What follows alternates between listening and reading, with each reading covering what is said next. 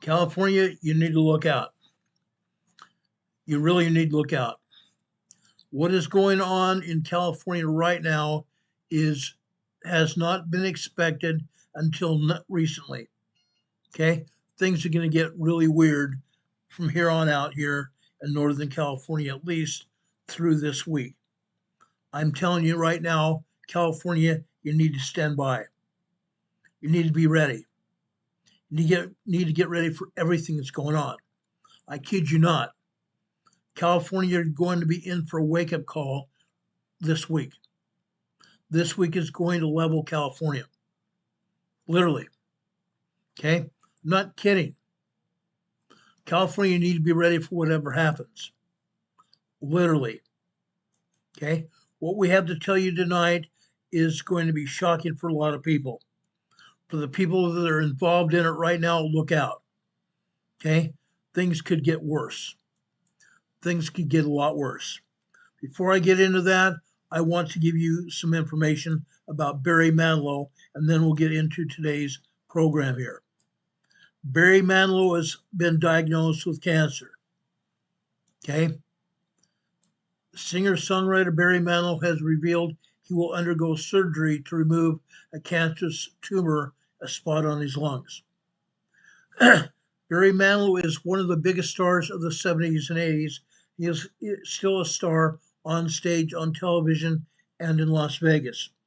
He's one of the biggest stars of the 70s and 80s, and it was just pure luck. The doctors found the spot early where he had an MRI following weeks of bronchitis. The 82-year-old, known for his string of hits, including Copacabana, Could It Be Magic, and Mandy. Three of my favorite songs. Not all of them, but three of them. Doctors say they do not believe it has spread. He will not need chemotherapy or radiation. In a statement on Instagram, Barry said, "As many of you know, I recently went through 6 weeks of bronchitis, followed by a relapse of another 5 weeks. Even though I was over the bronchitis and back out on stage at Westgate, Las Vegas, my wonderful doctor ordered an MRI just to make sure that everything's okay.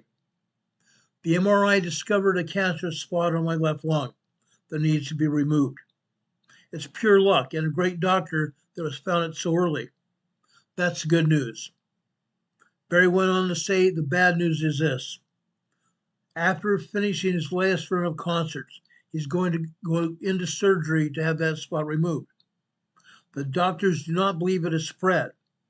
He said, "I'm taking tests to confirm this diagnosis." So that's it. No chemo, no radiations, just chicken soup and I Love Lucy reruns. Barry wrote he hopes that everyone has a wonderful Christmas season and a Happy New Year. That's good news about Barry Manilow. Now, he has issued a reminder to people, if you have even the slightest symptoms, to get tested. Barry said he will need a month or so to recover. His arena concerts will go on as planned for January, and they will not be able to go on as planned for January. They'll be rescheduled. Barry said he was counting down the days until he can return to performing. Barry Manilow loves the people. He loves everybody. But he's going in for surgery, and he will be back out, hopefully on stage in January or February. That's the good news. Barry Manilow, we wish you well and hope you have a full recovery from your cancer surgery. God bless you, and God bless your doctors as well. That's Barry Manilow, guys. Now, I have some other information. Over in Papua New Guinea, eastern Papua New Guinea, we had a 6.7 and a 6.9 earthquake. A 6.7 and a 6.9 earthquake. Let me show you what the USGS has to say about it. Okay? I'm very disappointed in the USGS again. Okay? The USGS certainly does not have their act together. What we've been seeing on the USGS map is so far bullhunky. Literally bullhunky. They continue to tell us lies. They continue to omit earthquakes.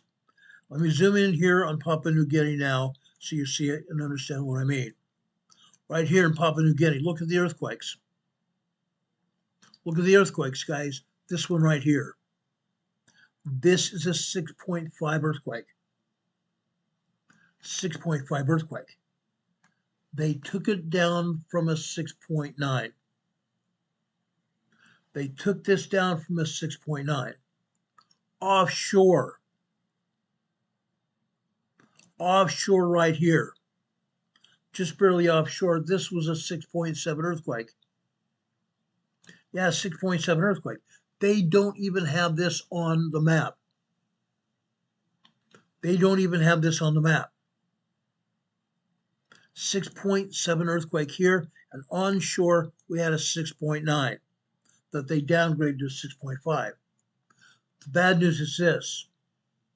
The 6.9 earthquake was actually a 7.1. It was actually 7.1. I looked it up. You can go to the backside seismologist study page of the USGS and find out information on the 6.9.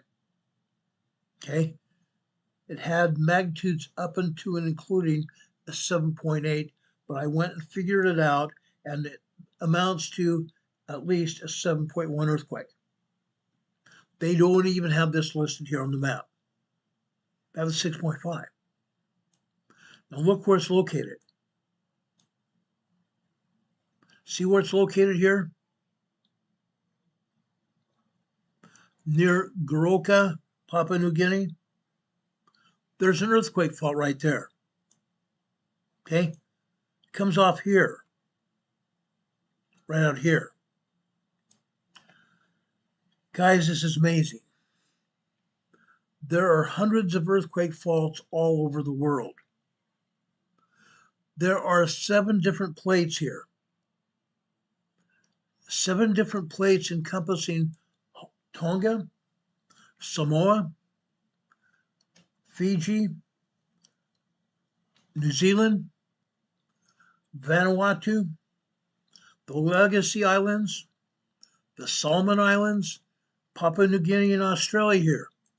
Also going over here into Indonesia, going up into the Philippines, all the way out here to Southeast Asia to encompass also Burma, Thailand, Vietnam, all the way up here to Japan. 7 different tectonic plates in play here. We've talked about it before. 7 different tectonic plates, each one subducting under the other, just like this.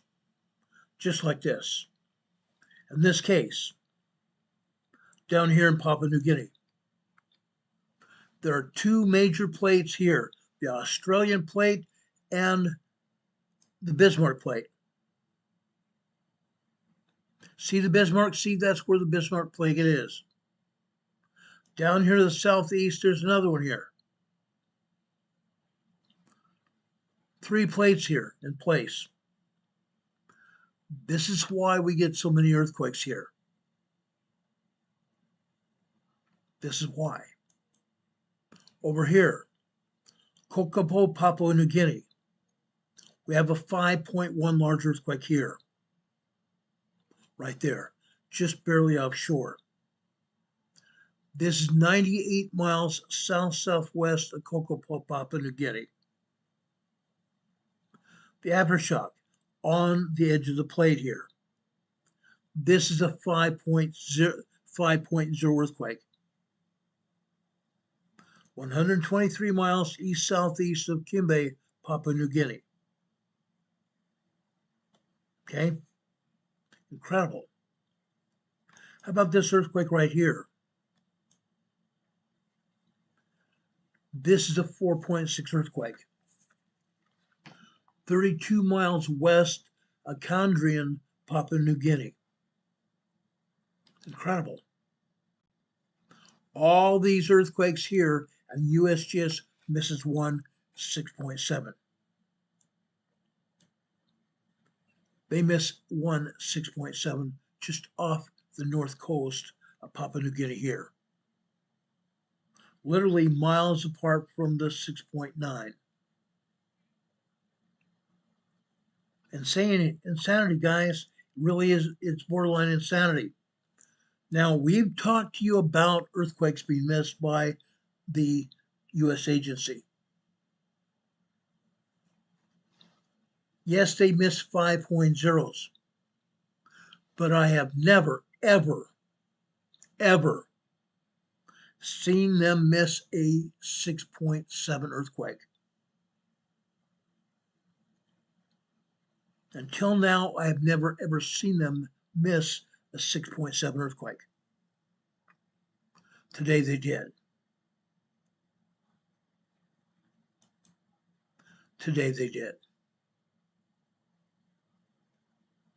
Okay? I'm appalled.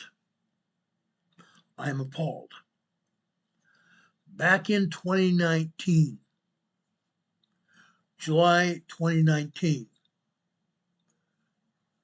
over in California, the Garlock Fault Ridge Crest area,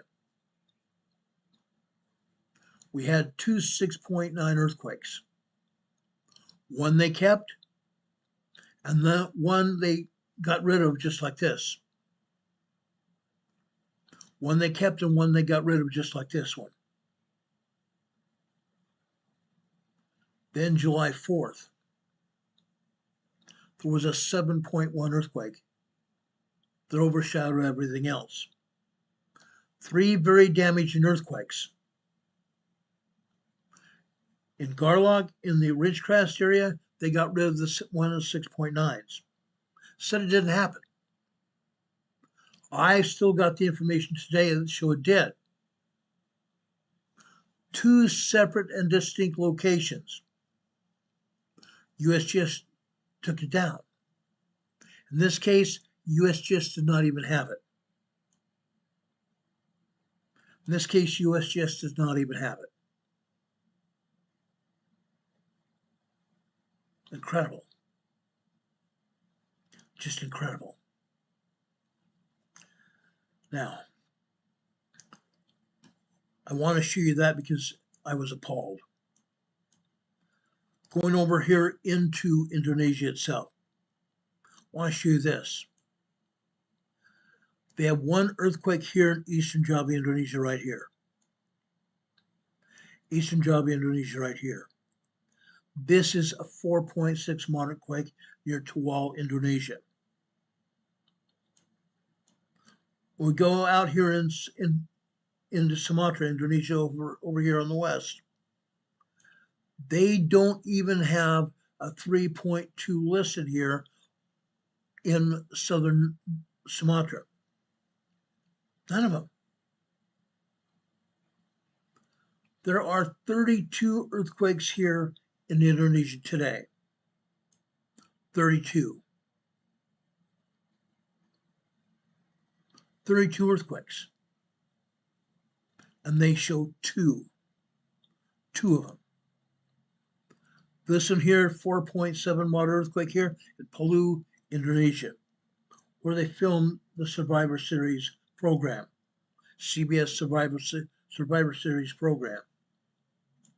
Let's go over here off the east coast of the largest island in the Philippines, Mindanao, Philippines, on the fault zone right here. This is a 4.6 moderate earthquake here.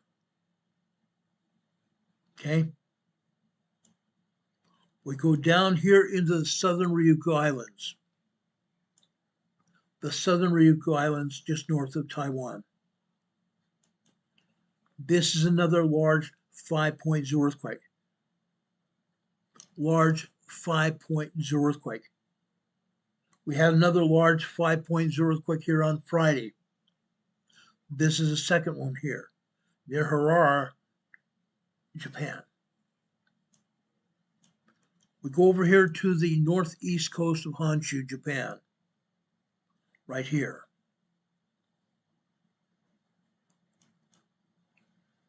People here in Japan felt this quake. This is a 4.5 earthquake. A 4.5 earthquake here in the eastern hills of Honshu, Japan. This near or in Iwazumi, Japan. Iwaizumi, Japan. Right there. Small city. 4.5 earthquakes do moderate damage. Moderate damage. Okay? They knock pictures off of walls. They knock books and knickknacks off of shelves. They can rattle plates, glasses, and bowls around in cupboards. If they rattle round enough, they'll fall out of the cupboards. That's what happened here. That's exactly what happened here. Now, these are not the only earthquakes that have hit. These are only the earthquakes that they want to tell us about. We go over here to Kamchatka Peninsula.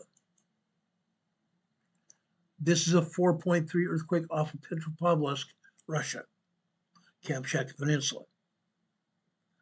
Again, this is a 4.3 earthquake, just barely off the coast. 54 miles east of Petropavlovsk, Russia. Wild. Wild. China. This is a 4.6 earthquake here in northeastern China. 6.2 miles deep. Nothing else here in China. India. Nothing else over here in the Middle East. This is insane. Insane. 29 earthquakes over here in eastern Turkey, the Turkey-Syria border region area. The reason? On February 3rd, 2023, we had a major 9.0, 10.0 earthquake here. Aftershocks rattle this region every day. Upwards of 45 to 50 earthquakes a day. All over Turkey, I'm going to tell you this. All over Turkey, we have earthquakes. The northern, the central, and southern areas of Turkey. Also the western areas of Turkey right here. 200 earthquakes here. 200 earthquakes here every day. Literally. They haven't stopped. Sometimes it goes down to about 100 earthquakes. Today it's 200 earthquakes. After these earthquakes hit, it usually means there's going to be another 5.0 earthquake here. 5.0 large earthquake. That's what they've been having every few days. This area is under assault on the plate here. The European plate boundary here. It's hitting. It's hitting. Down south here, right here. The islands here in the Aegean Sea belong to Greece. These are called the Dokanese Islands, right here. We've had another 4.1 earthquake here. 4.1 earthquake. 6 miles southeast of Kefalos, Greece. That's the island right here. Okay? These earthquakes continue happening all over the Aegean Sea. I showed you earthquakes over here in the central part of the Aegean Sea the other day.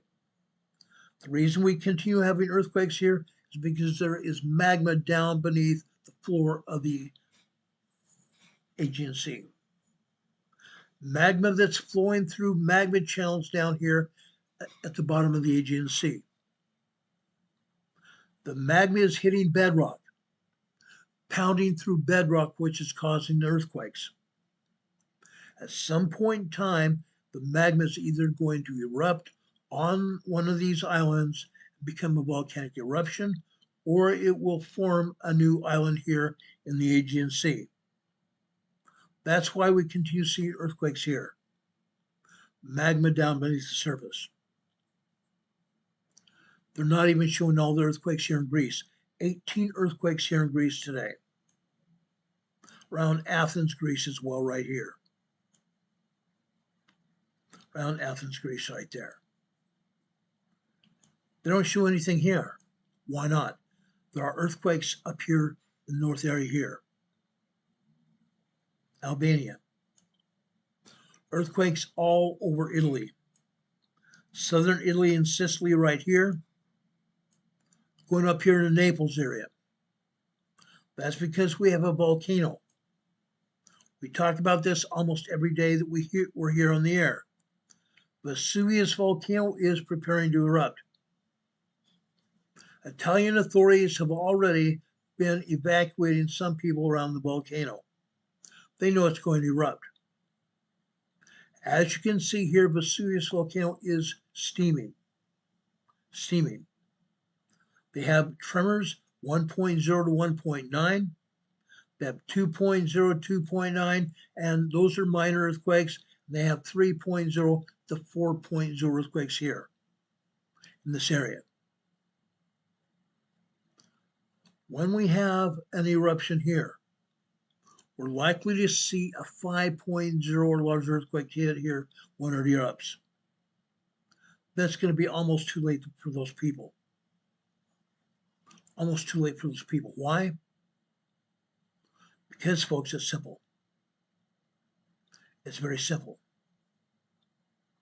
When you have a volcanic eruption,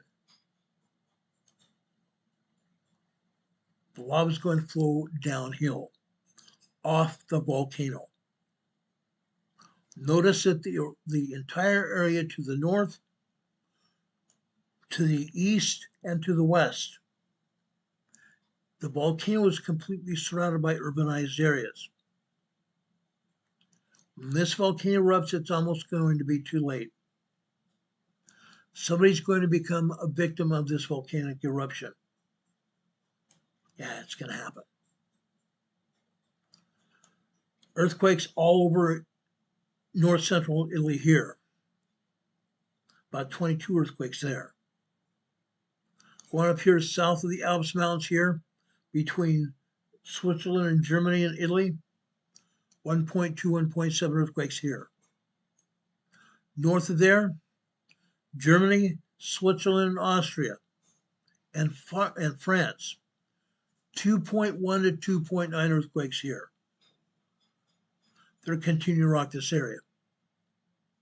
This also been happening for quite some time. Minor earthquakes around Spain as well. To the north of Spain, to the east, to the west, and to the south. Handful of earthquakes in Spain. Earthquakes rocking Africa. Down here in Botswana, Africa here. We had a 4.7 earthquake here the other day. Yeah. Earthquakes continue rocking Africa. Down here in South America. Notice this. They're showing us 2 earthquakes here in South America. Insane. This is a 4.8 earthquake near Uruguay, Chile. This happened just a short time ago. 4.8 earthquake, 85 kilometers deep.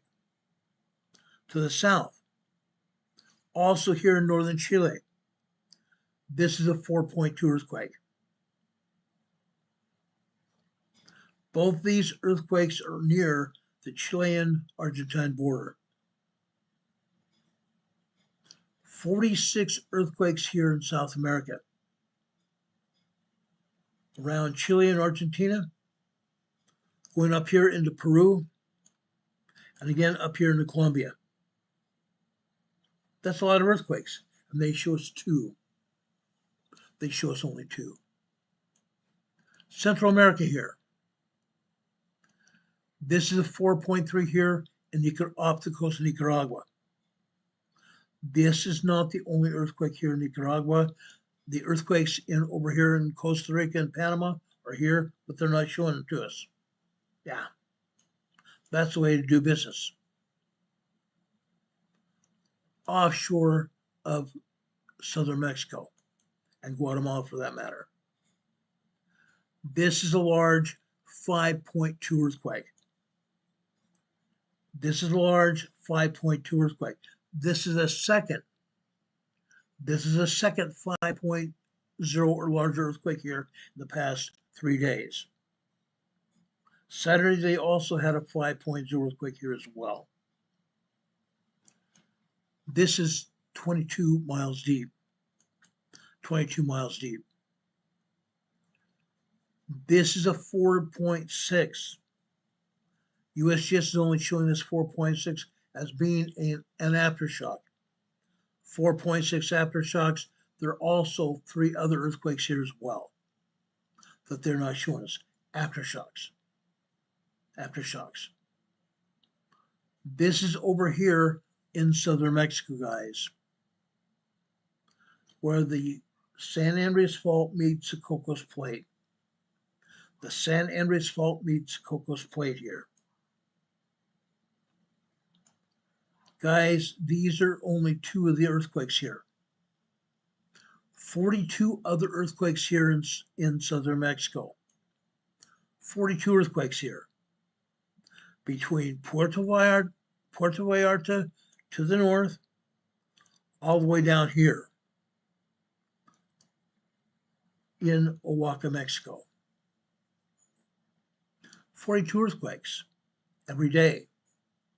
Nearly every day, anywhere from 35 to 50 earthquakes here every day. USGS is showing 1 earthquake. This is insanity. That's insanity. Now, guys, let's go up here to the Cascadia subduction zone next. Near the central part of the Cascadia subduction zone, on the Blanco fracture zone. On the Blanco fracture zone right here. This is a 3.2 earthquake off the coast of Bend, Oregon, in the Cascadia subduction zone.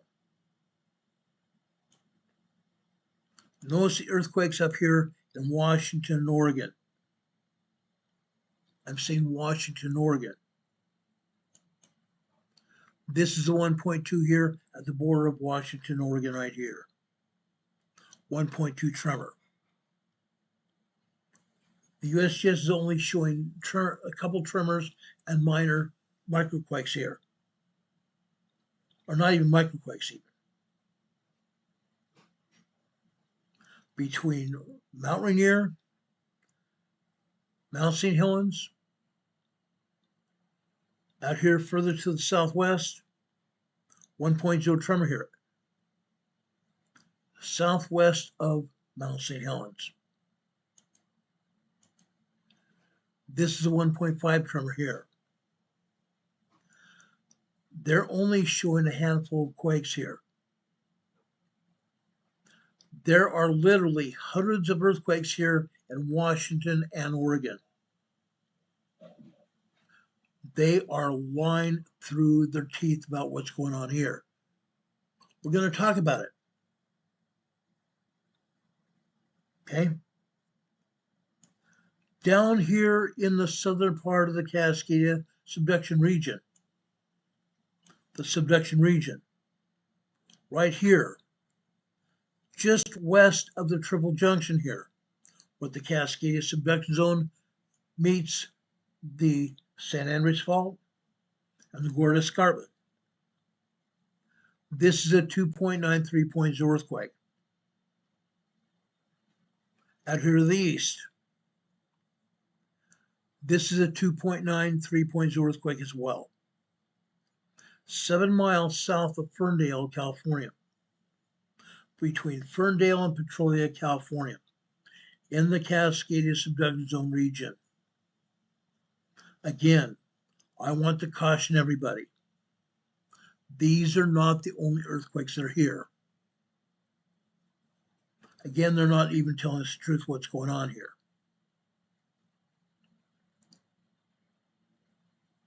They are showing earthquakes down here in the south, right here. These are normal every day. Anywhere between 20 and 40 earthquakes here and the geysers facility. The geysers facility is a geothermal facility where men have drilled into the upper magma chambers of the Clear Lake volcano to obtain steam, to power turbines in the geysers facility to generate electricity. Yeah. Earthquakes hit here every day. That's normal. That's completely normal. The seismic energy comes off the Pacific plate over here to the North American plate. Comes over here where there are drill points, man-made earthquake faults. That's what's causing these earthquakes.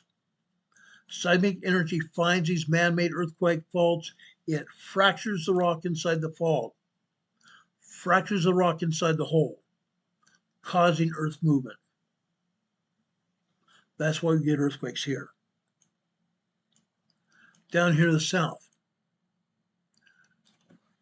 this is a 1.7 tremor, just southwest of Santa Rosa, California. This is normal. This has been happening for a long time. But what the USGS is not telling you, there have been swarms of earthquakes hitting the Santa Rosa area for now 2 weeks. 2 weeks. And they show us one tremor here. Interesting. We're going to talk more about this in a minute. Down here east of San Francisco Bay, what do we have? San Ramon again. San Ramon. Earthquakes continue hitting here. This is another 2.2 earthquake. Saturday, we had another 4.3 earthquake hit here. Yes, a 4.3 moderate earthquake hit here. This is a 2.2. This is a 2.2. And this is a 1.5. Swarms of earthquakes continue to hit this region every day now, literally every day. This is a 2.3 earthquake here. And just over here to the north, near the country club, this is a 1.6. Now, guys, I'm going to talk about this. We've been having swarms of earthquakes here now since October. 380 earthquakes have hit San Ramon in the past few months since October. 380 earthquakes. USGS doesn't want to show all the earthquakes. They never do. This earthquake swarm is just west of the Calaveras Fault, right between the Calaveras and the Hayward Fault. They continue to hit. Further down here to the south here, Livermore, California, also just west of the Calaveras Fault. Further down here, another 1.7. 13 miles southeast of Livermore. Guys, there is a linkage between these earthquakes and the earthquakes in San Ramon. This area is going to erupt. Not with at all, a volcano. This is not volcanic. This is not volcanic at all. This is seismic. I'm going to come back to these earthquakes in just a few minutes. I want to talk extensively about what is happening here in California. The first thing I want to do is talk about the weather.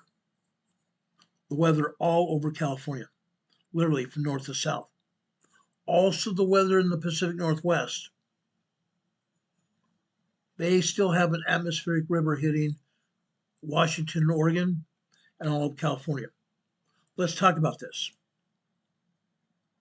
Weather models predict a storm tracking north of San Francisco that could exceed the bomb cyclone threshold next week. Exceed the bomb cyclone threshold next week. bringing damaging winds and urban flooding to the Bay Area. The Bay Area storm is going to bring days of dangerous weather, just as dangerous as what has happened in Seattle and Portland, Oregon, and that region. We've talked about it. There's been a fatality reported amid water rescues as heavy rain floods hitting Reading roads as well. Tahoe is about to get a huge snowstorm, finally. Heavy snow for the holiday travel area between Reading and Chico. Reading, Chico, east of LA. Heavy snow warnings in effect.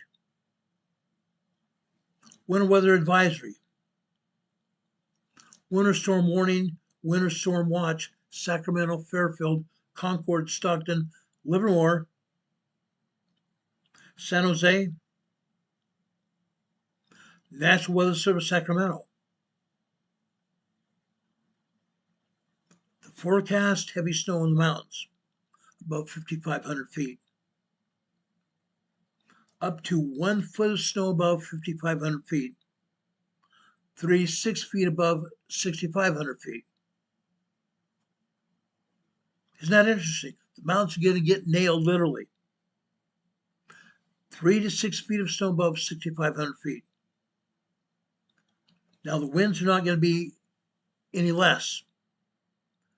We're going to see southwest gusts as high as 55 miles per hour. That's 1/3 as high as the winds were in Wyoming this past week.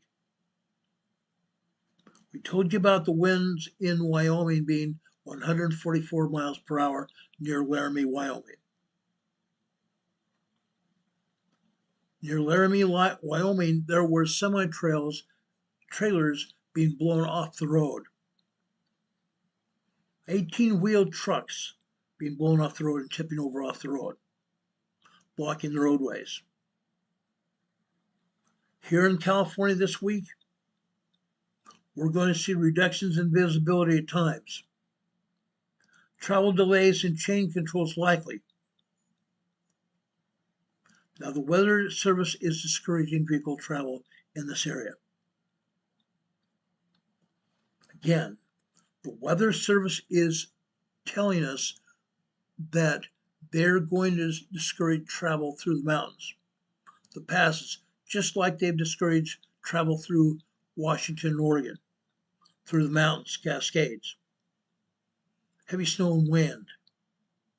Be very careful. Be very careful. But that's not all, folks. There's more. There's a lot more. Let's talk about Southern California now. I've got a video from 8 News, which is one of my favorites in San Diego County.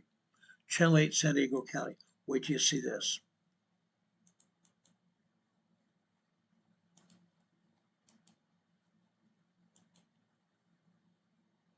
Good morning, everyone. I'm meteorologist Evan Narani. We've made it to the week of Christmas, and with it, we've got an atmospheric river that's approaching California, expected to bring plenty of rain, wind, and cooler temperatures our way. We start off, though, with a dry Monday.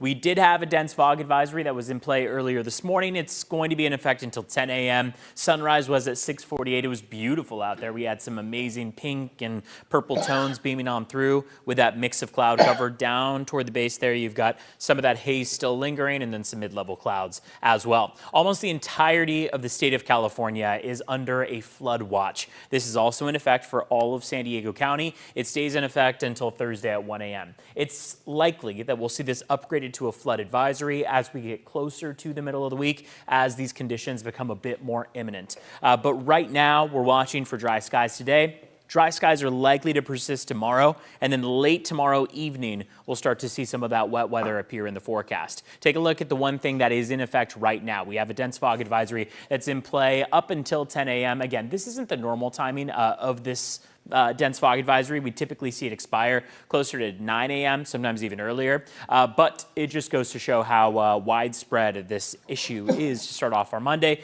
and it will likely be something we watch for again going into tomorrow. High temperatures are in the 60s and 70s. They're pretty mild overall. 70s are abnormal for us. They're warmer than normal. We enjoyed a warmer than normal weekend, and it looks like we'll get all the way up to 75 in Ramona this afternoon. So it just goes to show that that warmth is not leaving us anytime soon. But I want to run forward our rain accumulation models. This is 10:30 p.m. on Tuesday. So between sunset and about 10:30 p.m., we should pick up on those lighter bands. About 1/10 of an inch, maybe 2/10 of an inch at most. But from late Tuesday night through Wednesday, Thursday, Friday, that Wednesday, Thursday, Friday stretch, that 3-day stretch, is expected to be most intense for us. Take a look at what we see going into the early morning hours of Christmas Day. This passes through the entirety of Christmas Eve.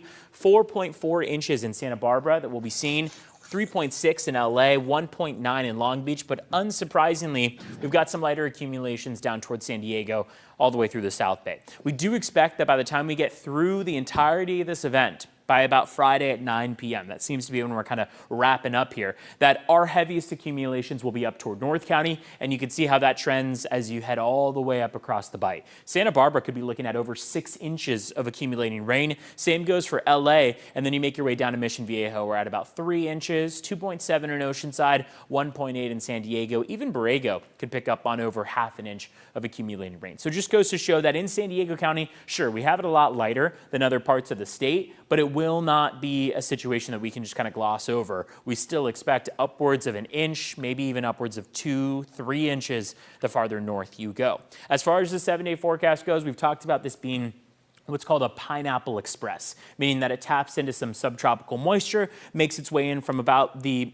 equatorial region. So that means that we are going to be able to hold on to a lot of the warmth that we've been seeing over the last several days. In fact, on the 7-day forecast, when we get to Wednesday, Thursday, and Friday, we normally see a big drop in temperatures. No, we're staying in the mid-60s almost every afternoon. Same goes for our inland valleys. We do cool down by a few degrees from this afternoon, as we'll lose a lot of that sunshine, but temperatures will otherwise stay in about the mid, maybe lower 60s around that time frame. We get back to a dry weekend by Saturday and Sunday. This is important if you're making travel plans and want to avoid the rain. I'd say then the emphasis is to get it done today and tomorrow, to be at home where you need to be Wednesday, Thursday, and Friday, and then expect that rain to subside by the time we get to Saturday and Sunday, allowing you to get back out on the roads if you need to. Same goes for the mountains and deserts. Wednesday, Thursday, and Friday are all weather impact alert days, so please just be aware of the wet weather that is to come, and maybe even a little bit of fog into tomorrow morning as well. Have a good one.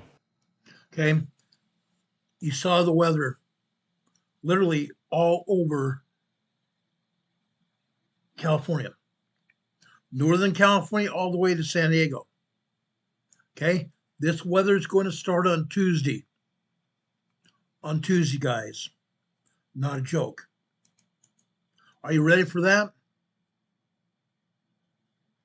That's the day before Christmas Eve. Now, I don't usually tell people to stay home.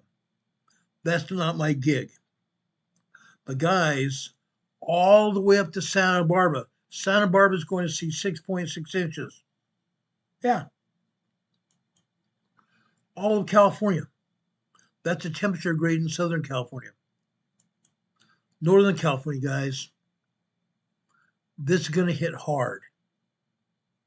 This is going to hit very hard. Guys, California's going to get nailed.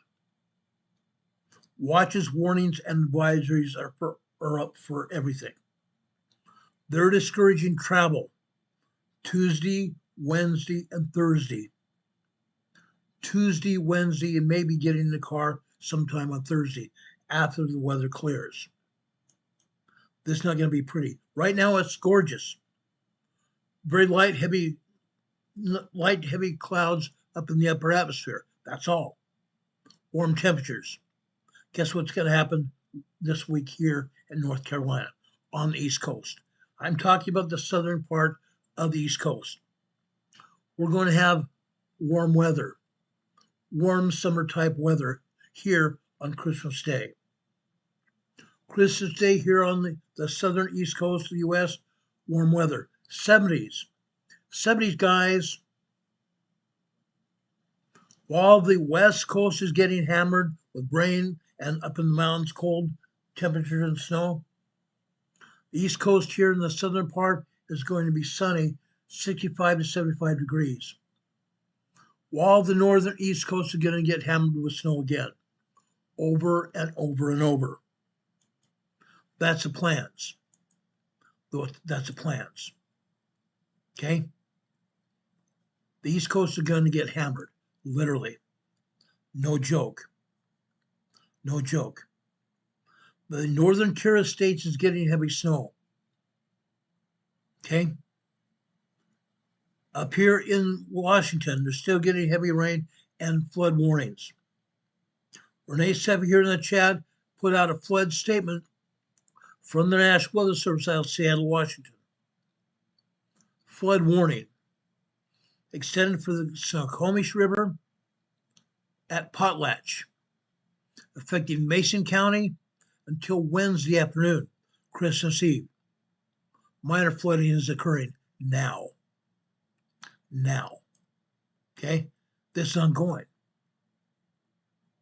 Okay? A lot of this is abnormal. Yes, I do believe, and we've seen this to be very bad. Okay? Weather manipulation. We've seen it in the past, and I believe we're seeing it again. Some have said this is a 100-year storm. It's ongoing. It hasn't stopped. This has been ongoing now for a week and a half.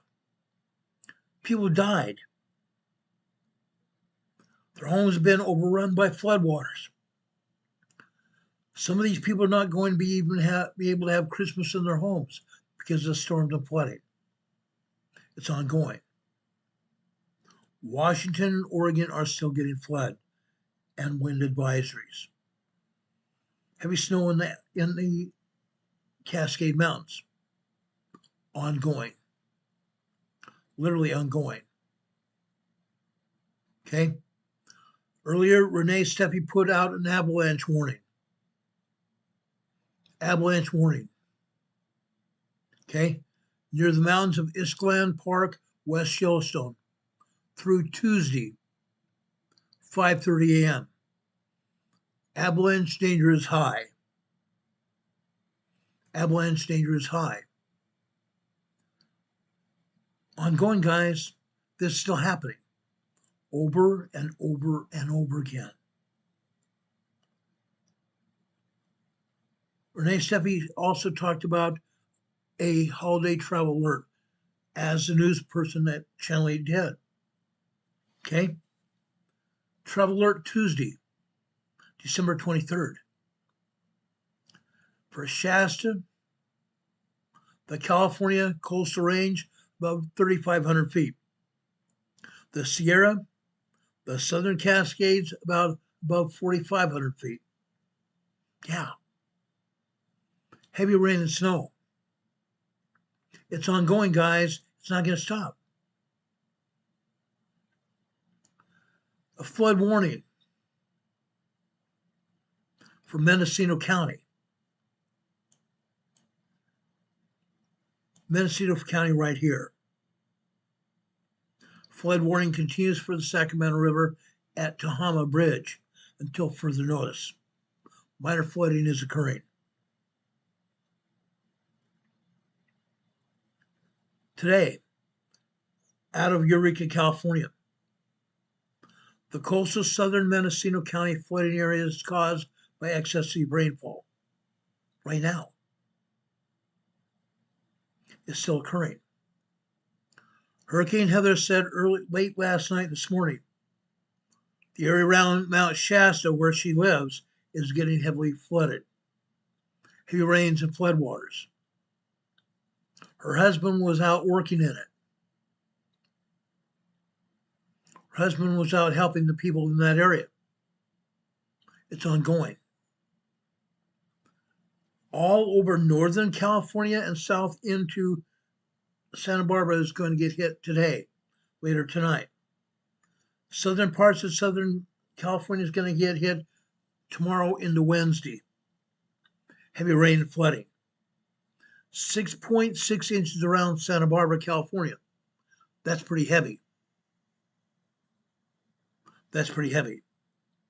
Down in San Diego, it's going to be a little bit better than that. Only 1.5 to 1.75 inches in San Diego, but that's a lot of rain even for San Diego. Heavy flooding in San Diego County is expected.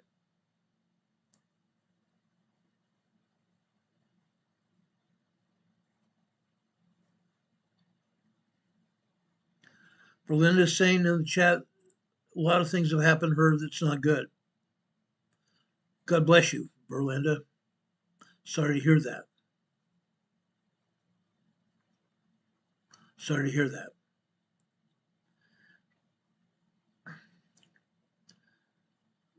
I don't see Heather here right now in the chat. I've been monitoring her Facebook Messenger site that we have here that's linked to this channel, showing heavy rain in Northern California. And even our buddy Casimirio Cervantes, great man, one of my dearest friends.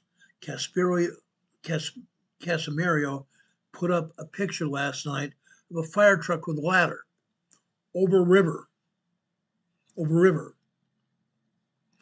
reaching over to a home that was endangered to be able to rescue people out of that home. Normally, the flood waters would be way down. The home up on the hillside above the river.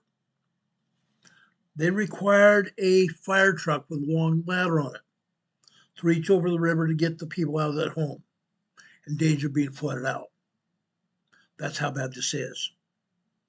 It's very bad. It's very bad. It's not stopping at all. Now, guys, I want to talk about earthquakes next. We have a ton of earthquakes, literally. I want to talk about specifically California, down here in the San Francisco Bay Area. As I said, earthquakes keep hitting here in San Ramon. Right after we got through talking about San Ramon a few minutes ago, we had another 2.2 earthquake here, right there. 2.2 earthquake here in San Ramon just a minute ago. The swarms continue. I'm going to explain to you what is happening here. Before we get into this, okay, I'm sorry.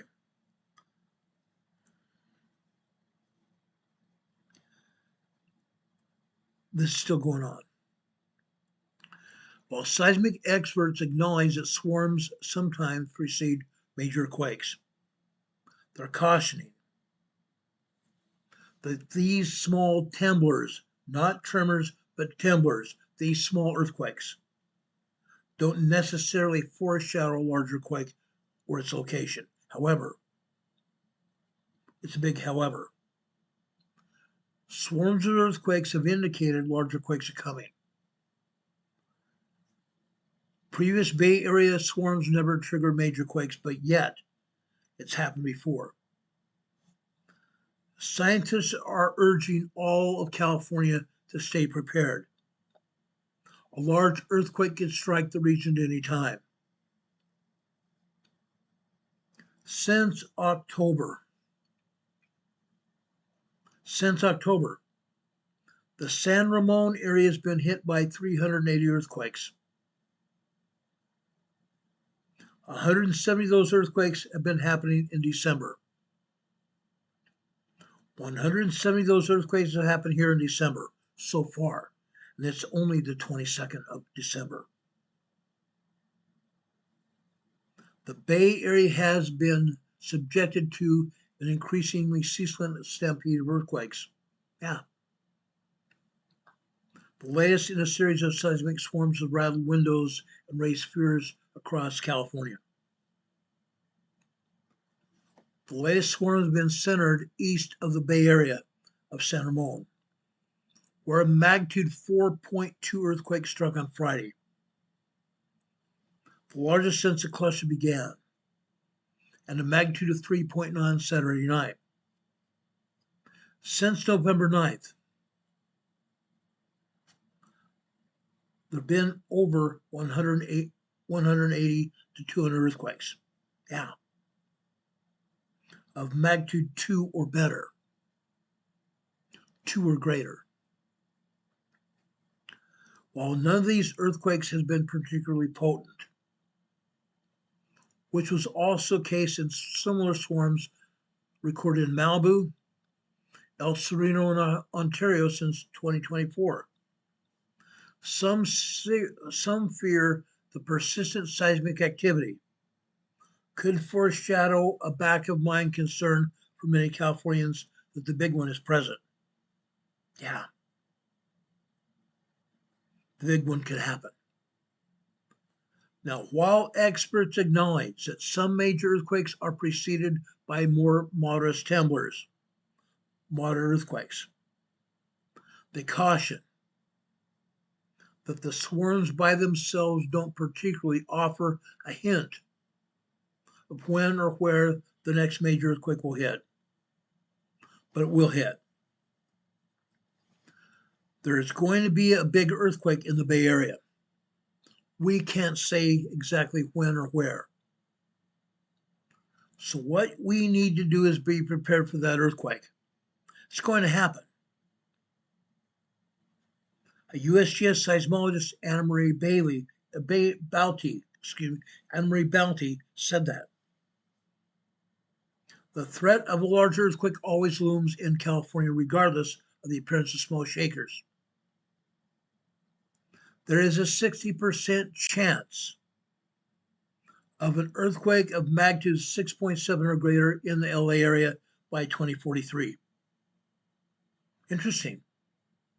60% chance of a magnitude 6.7 or greater in Los Angeles region by 2043. Isn't that interesting? Because just the other day, they said there was a 50% chance of a great earthquake on the San Andreas Fault east of Los Angeles in the next year. In the next year. It could happen at any time. It could happen at any time. A 6.5 to 7.5 earthquake on the San Andreas Fault. And a 72% chance of the same in the San Francisco Bay Area. A 72% chance of a 6.7 or greater in the San Francisco Bay Area. The San Francisco Bay Area has not seen a 6.5 earthquake since 1989. Across California, there is also a 48% chance of a 7.5 earthquake or larger. Across California, there is a 48% chance of a 7.5 or larger earthquake. Yeah. And a 7% chance of a magnitude 8 or greater. A 7% chance of a magnitude 8 or larger. Now, it is true that after every earthquake, there's a 1 in 20% chance that it will be followed by a larger magnitude earthquake.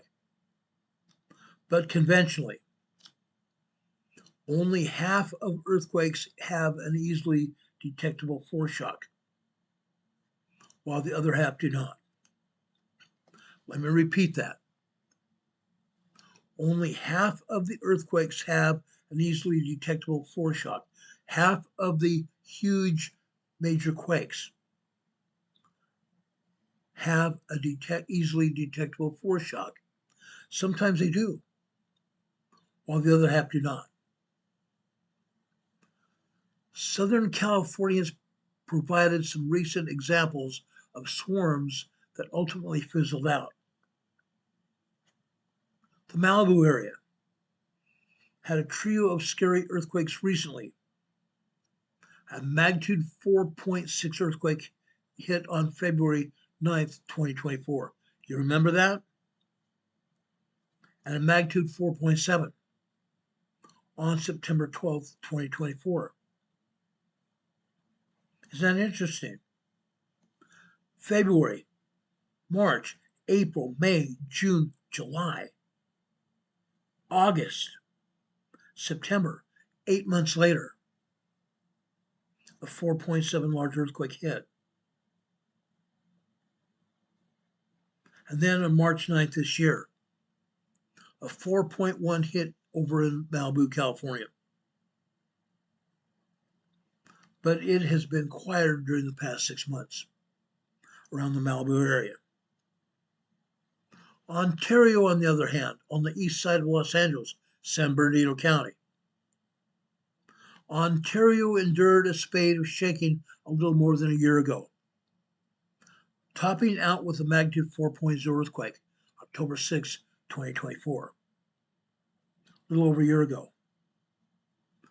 But there have been fewer and much smaller quakes so far this year, so far. An earthquake swarm centered around El Sereno on east side LA was detected last year. Though that activity appears to have been subsided, following the magnitude 4.4 earthquake on August 12, 2024. Things have subsided. Now I continue to show you earthquakes all over the Los Angeles area and all over San Diego County and all over Imperial County to the east of San Diego. Earthquakes that they're not even talking about. They're not being truthful about what exactly is going on. They haven't been ever. That is why we need to be on the lookout for what's actually going on.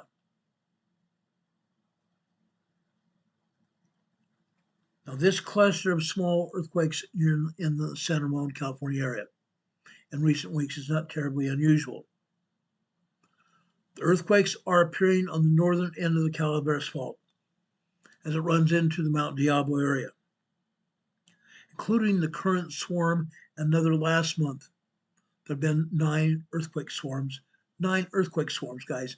9 earthquake swarms in the surrounding area. 9 earthquake swarms. They have lasted anywhere from 2 to 42 days, with the maximum magnitudes generally between 3 to 4 magnitude earthquakes, small to moderate earthquakes. This is still really consistent with these kinds of swarms. The swarms of earthquakes in the San Ramon Valley. This area is home to the Calaveras Fault, capable of a magnitude 6.7 or larger earthquake. But swarms of modest earthquakes don't offer a hint of when the big one will come. We know it's going to happen. It's a matter of time. Certainly for residents of that area who feel the frequent small quakes, it's very unsettling. Some Christmas trees have even fallen over on Saturday from the 4.4 earthquake. You don't know when it's going to end. All of a sudden it'll start, you don't know when it's going to end. Even the small 3.0, 3.5 earthquakes that we just feel under our feet that make our feet kind of weird, make our bodies weird, make our animals go crazy. It's still unsettling, very unsettling. Now, none of these earlier swarms resulted in a major earthquake on the northern section of the Calaveras. The Calaveras Fault has not ruptured catastrophically in modern history yet. Still, the Calaveras Fault is one to watch for in California. It is considered to be one of the most likely faults to rupture in a major earthquake for the Bay Area. And it has the potential. Remember this, the San Ramon on the Calaveras Fault has a potential to trigger a 6.7 or larger earthquake. In 1984, a section of the Calaveras Fault ruptured and caused the 6.2 Morgan Hill earthquake to the south, which resulted in 21 minor injuries and $7.5 million in damage. 1984. Also of concern are the Hayward Fault, and the notorious San Andreas Fault. Certainly for residents who feel the frequent small earthquakes. Very unsettling. Again, you don't know where it's going to end. None of these earlier storms resulted in major quakes on the northern section of the Calaveras, which hasn't ruptured catastrophically in modern history yet. But the Calaveras Fault is one to watch for. Again, it's considered to be one of the most likely faults to rupture in a major quake in the Bay Area. It's going to happen. It's going to happen. Again, the Calaveras Fault has not ruptured and caused catastrophic injury yet, only minor injuries. Only minor injuries. The smattering of small earthquakes in Southern California has generated significant, not altogether unwarranted, attention this past year. Southern California. In 2024, that year ended up being a record of sorts for modest quakes in Southern California. There were 15 independent earthquake sequences that year, with at least one 4.0 earthquake or higher. 2024, last year. One 4.0 earthquake and larger earthquake in Southern California. That was the highest total in 65 years, surpassing the 13 seen in 1988. What are they not telling us here? What are they not telling us here? Didn't we see a 5.0 in Julian, California earlier this year in San Diego County? A 5.1 earthquake in Julian, California. They're not identifying this. They said 2024 ended up being a record of sorts for modest quakes. Modest quakes. But they're not even accounting for the 5.1 in the San Diego County in Julian this year. A 5.1 large earthquake. Last year's figures probably didn't mean much in the greater scheme of things. In 2025, there have only been 5 independent seismic sequences with at least one magnitude 4 or larger earthquake in Southern California. That said, there have been situations where relatively modest earthquakes have preceded huge ones. In 1857, a mammoth magnitude 7.8 earthquake ruptured along 225 miles of the San Andreas Fault, stretching from Monterey Bay just south of San Francisco to Los Angeles County. A 7.8 earthquake ruptured along 225 miles of the San Andreas Fault, from Monterey Bay in Northern California to Los Angeles. That big one hit at around 8:30 a.m. on January 9th, 1857.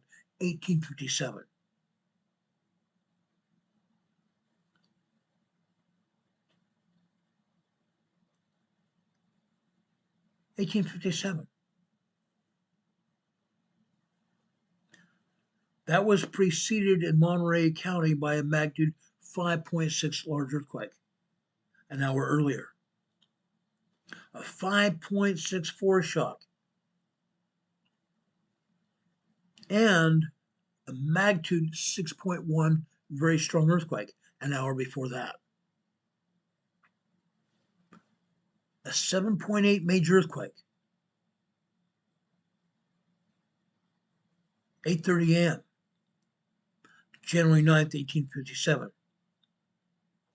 Preceded by a large 5.6 an hour earlier. and a very strong 6.1 an hour before that. That has happened. Then we go up to 2019, Ridgecrest, California, in the Mojave Desert. Again, we had 2 earthquakes there. July 4th, 10:33 a.m.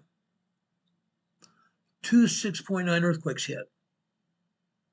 They took one of them down and left one of them up. They reduced or redacted that 6.9 and downgraded to a 6.4 earthquake. Yeah.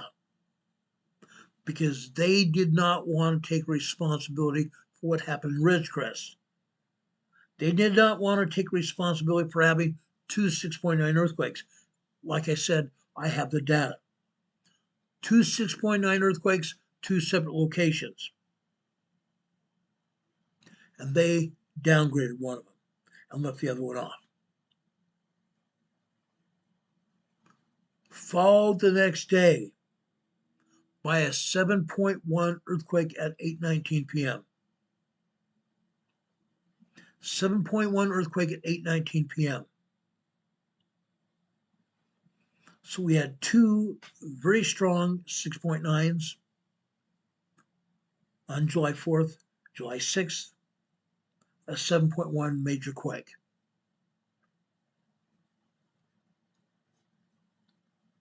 There were a few harrowing months in 1992. A magnitude 6.1 in Joshua Tree, Temblor, on April 22nd of that year made scientists nervous because its epicenter was only about 6 miles away from the San Andreas Fault. 1992, Joshua Tree.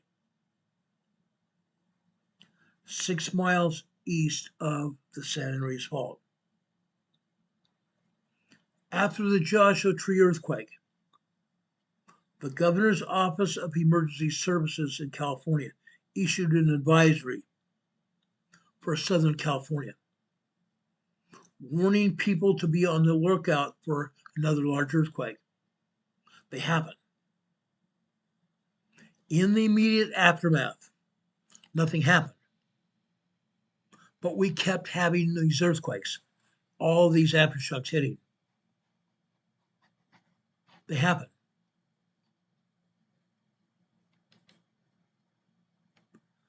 Earthquakes are still happening.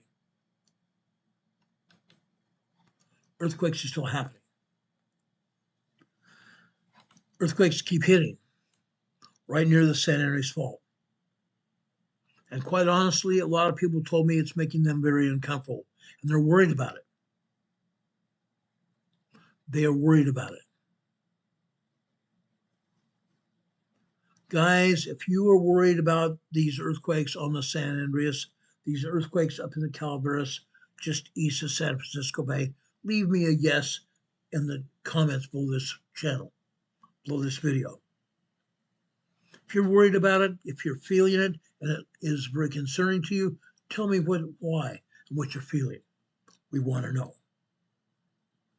We want to know. We want to pass the information on to everybody else. The aftershocks eventually migrated south away from the San Andreas. But those earthquakes crept towards the eventual epicenter of a far more powerful earthquake in the Mojave Desert.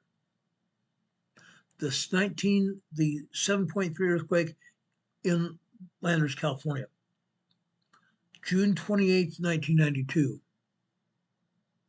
That quake resulted in aftershocks that also reactivated seismic activity around Joshua Tree. Isn't that interesting? What happened before the Ridgecrest quake? There were 4 shocks from north of Ridgecrest all the way down into San Diego County. 1.2s, 2.3s, 2.8, 2.9, 3.0, 4.0, 4.5 earthquakes. Up until Ridgecrest earthquake hit. Over 3,000 foreshocks 3,000 foreshocks and 3,000 aftershocks. Yeah. Foreshocks do signal that a large earthquake is coming.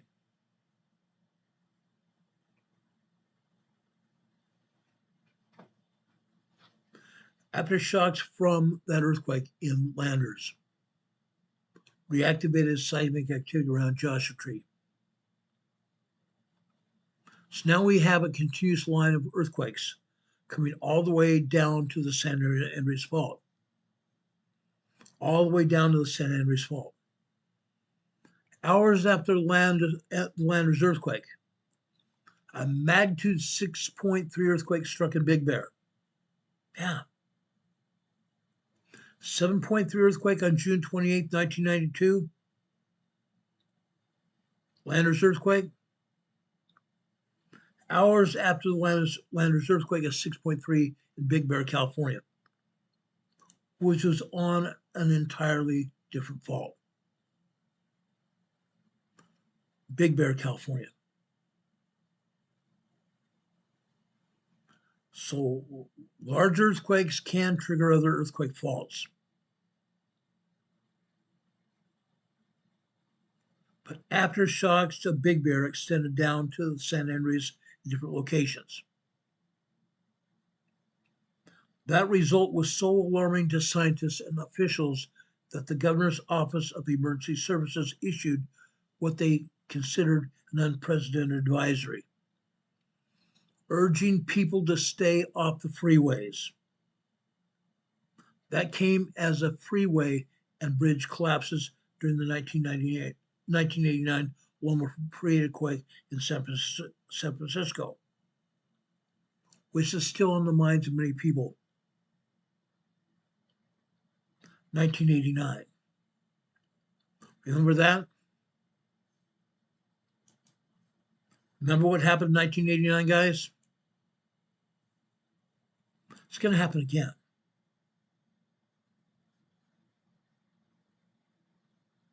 It's going to happen again.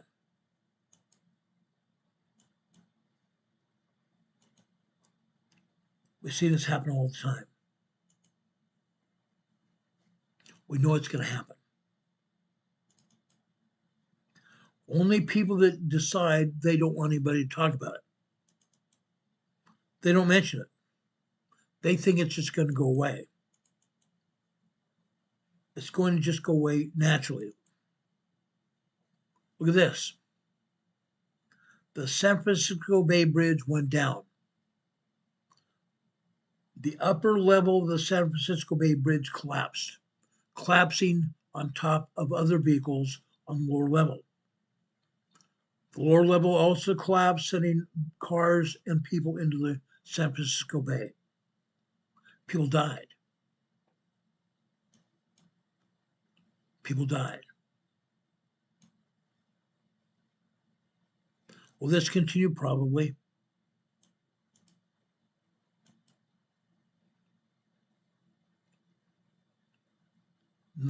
Nothing ended up happening on the San Andreas Fault in 1992, however. It's probably the closest we've come to a prediction ever. The USGS was very nervous. There have been other major earthquakes and no easily noticeable foreshocks yet. But the USGS said those included some of the most destructive in recent memory.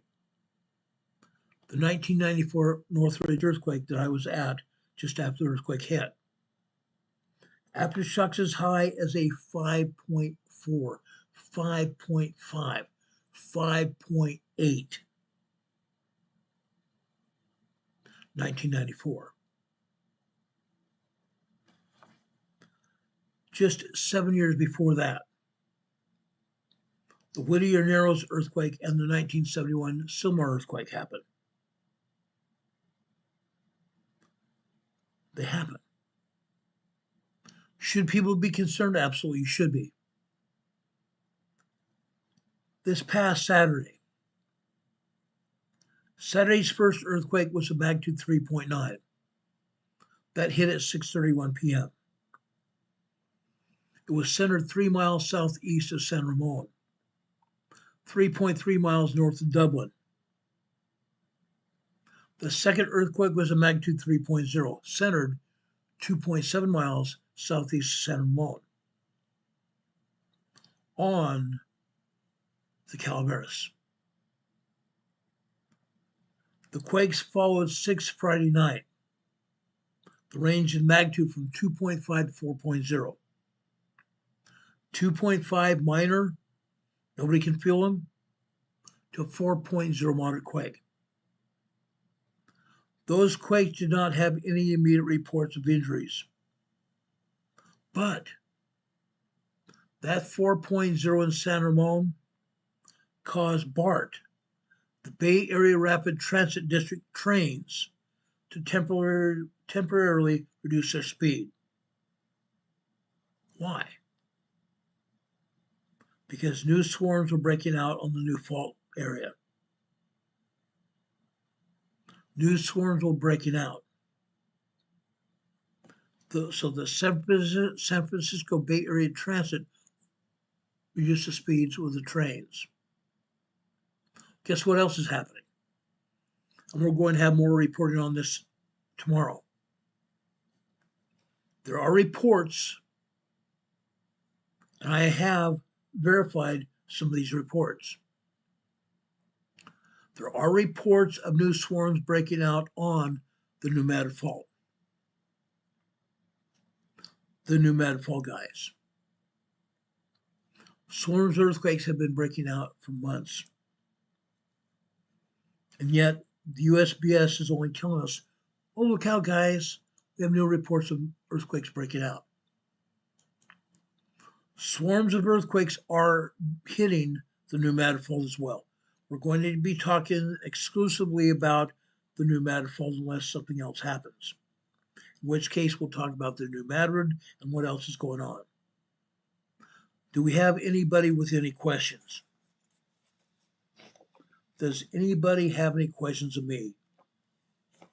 Renee Sevi is putting out another winter weather warning, remains in effect until 10 p.m. tonight for the Cascades of Whatcom.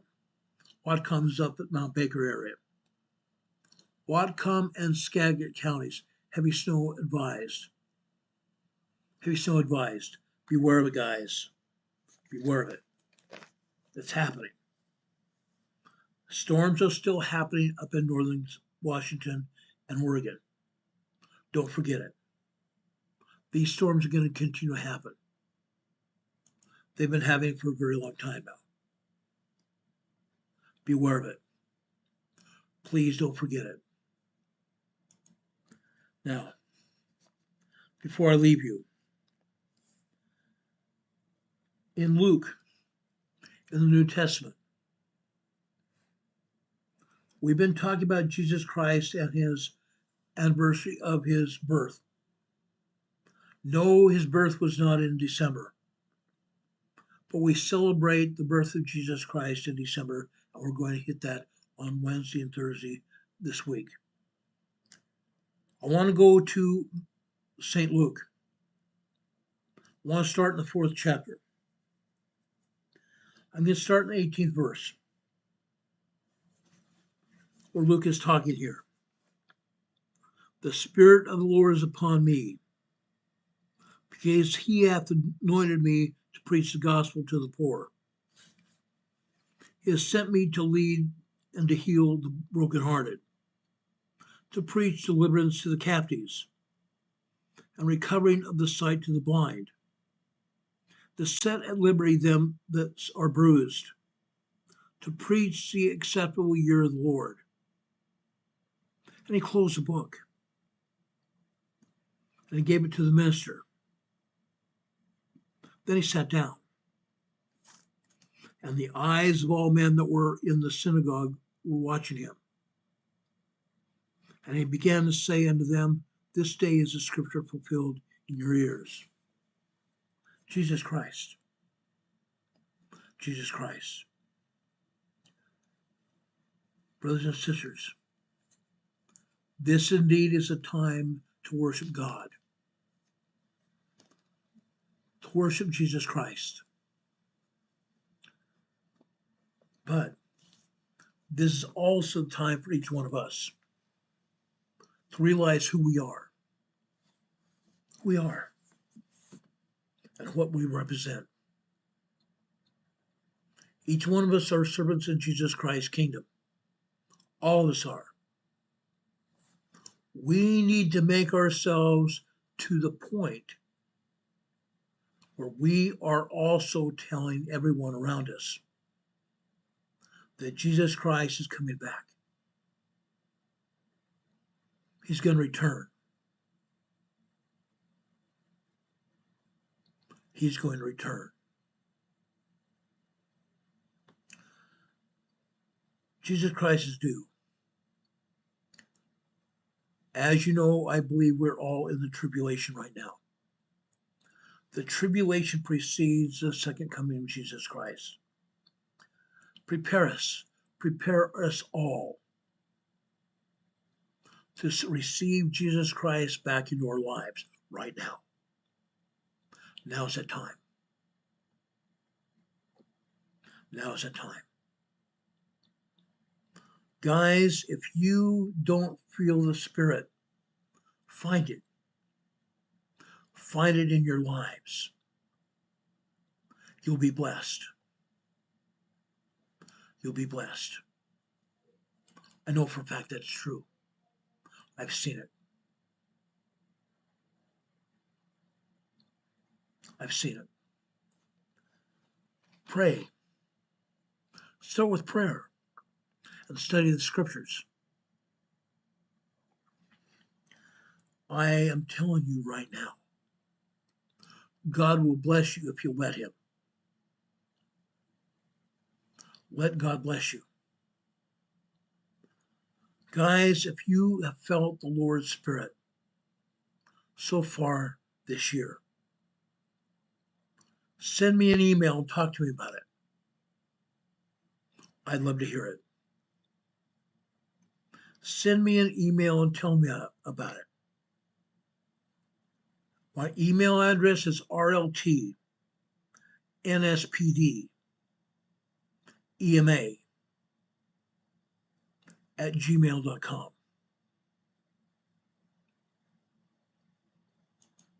rltnspdema@gmail.com.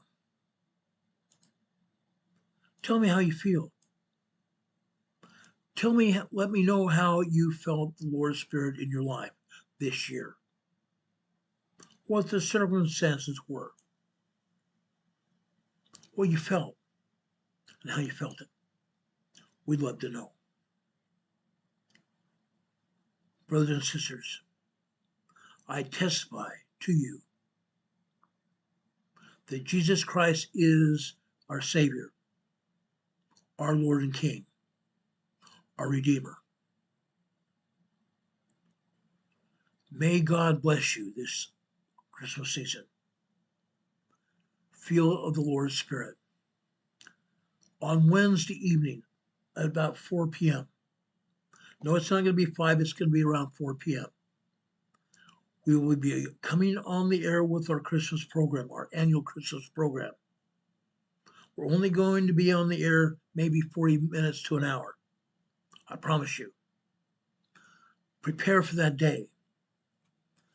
Get your goodies that you want to eat, your snack crackers, your pie, your fruit cake, your cookies, whatever you like to eat. Get your favorite drink that you want to drink, eggnog, root beer, 7-Up, whatever your favorite drink is. Come with drinks, come with things that you want to eat. Let's sit down and celebrate Christmas on Christmas Eve. Bring your families, bring your children. We'd love to hear them. We'd love to see them. They deserve to hear the word of the Lord. Yes, this is going to be a Christmas service.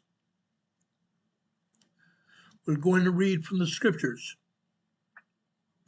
We're going to hear the word of the Lord. We're going to celebrate the birth of Jesus Christ of Nazareth. Until then, guys, we hope you're here on Wednesday. Hope you're here tomorrow to talk about the new fault. Yes, it is moving in a big way. And I think everybody needs to know about it. We'll be here. We'll be here. Yes, Dennis, and yes, Linda, King Jesus. And yes, YouTube doesn't like it, but we're going to have carols as well. Christmas music. May God bless you this day and always. Pay attention to weather, guys. If you're living up in the Pacific Northwest, if you're living along the northern tier of the United States, all the way East Coast, you're going to have blizzard conditions. Actually, start over here on the Pacific Northwest. You're going to have heavy rain. You're going to have snow in the Cascade Mountains. You're going to have flooding. Going east into Idaho, Montana, Wyoming. Going east over into North and South Dakota, Minnesota, Michigan, Wisconsin, Illinois, Iowa, Indiana, all the way over to the east coast of Massachusetts, possibly as far south of New York, all the way north to Maine and into Nova Scotia, Canada.